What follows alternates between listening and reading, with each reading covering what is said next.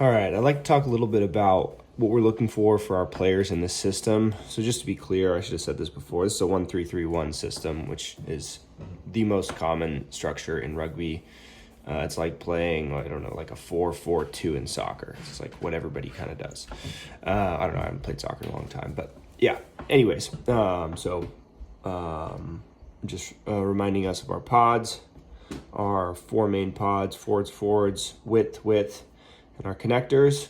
So I just wanted to talk about, in this shape, what are we looking for in players? So I want to talk about key players. In this shape, basically, we're going to need to identify 6 key players who are going to make it all happen. Our most critical players in this shape. We'll start with our forwards. We need 2 boss forwards, 2 big physical carriers, guys who are confident, guys who can carry the ball strong, call king in a pod, and just be the punch to our offense. Almost always that's going to be your 8-man, is going to be your number 1 guy in that respect. For us this past year, it was Carol Parmenter. I know at the U14 level, it was Isaac Wilcox. Those are obvious great choices. But you also need a second one. It doesn't need to be 5. I just picked 5 as a number.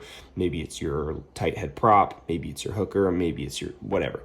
You just need one other forward who's going to be your second boss forward. I think at the U14 level, Paul was playing flanker, and he was that other guy. In this system, we'd ideally want a different number. But anyways,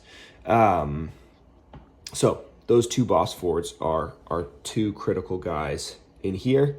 And then second 2 are the 12-13. Your 2 centers are going to be the kind of first receivers and the leaders of your width pods. So basically all 4 pods is going to have a leadership player, and that's going to be a boss forward and a center. So our 12 and our 13, they need to be high IQ players. That also is true of the boss forwards. They should be higher IQ forwards. High IQ players, they need to be skillful at catching and passing, more so than our boss forwards. In the width, we got to move the ball. So these guys need to be able to catch and pass pretty well to stretch the defense and get the ball out to these other guys. They need to be good ball carriers themselves, since a lot of the time, especially at younger ages and lower levels, it's going to be the 10 passing to that center, and that center is going to need to be the main ball carrier. They need to be confident in setting up their pod. One thing to notice, something I've kind of tried to include, is attributes that they don't necessarily have to have. So like your centers don't necessarily have to be super fast if they're a decent runner and they can pass the ball. It's not the end of the world if they're not super fast. Similarly with your boss forwards. 9 and 10 are the next 2 and the last 2 key players. They have to be highly skilled at passing, especially your 9, but also your 10. If they can't pass, then the whole thing's stupid and pointless. So they've got to be good passers. They've got to have a good IQ. They've got to be good communicators as well. They can be smaller and less physical. That's okay. But they need to be highly skilled, high IQ, and communicative players, ideally. Okay, so these 6 guys you're going to build basically the rest of your offense around. You need to pick 2 boss forwards, 2 solid, dangerous, good backs, and then 2 halfbacks who are our high skill, high IQ kind of ball movers.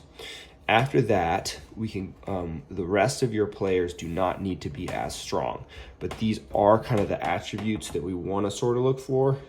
Ideally, our 11 and 14 are fast.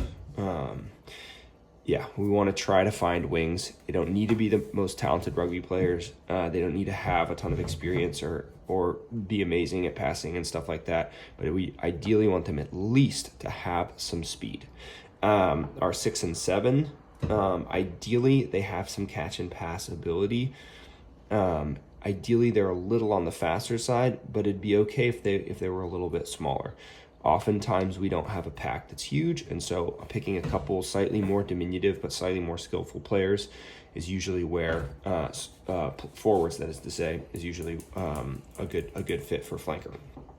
Okay, and good tacklers. 1 through 4 We want these guys to be to have good physicality, to have good size, to have good rucking ability.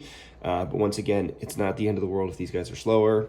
Ideally, all our players can handle the ball and have great IQ. But these 1 through 4, as long as they know to set off the boss forwards, it's okay if they're not very smart. It's okay if they don't have great hands. We don't need to necessarily pass them the ball very much until they develop more. So we can get away with those weaknesses there. And then 15, who is ideally a pretty awesome player, but he doesn't actually have to be. Hopefully he's skillful. He's a skillful and smart back. Ideally, he's kind of a backup 10, a second choice 10 that we can develop there. It's good to have a good player in the 15 role, but it's not actually that necessary. As long as you have a good centers, good 9-10, and 2 good boss forwards, you can kind of build everybody else around them. So that's what we're looking for in our players in this 1-3-3-1.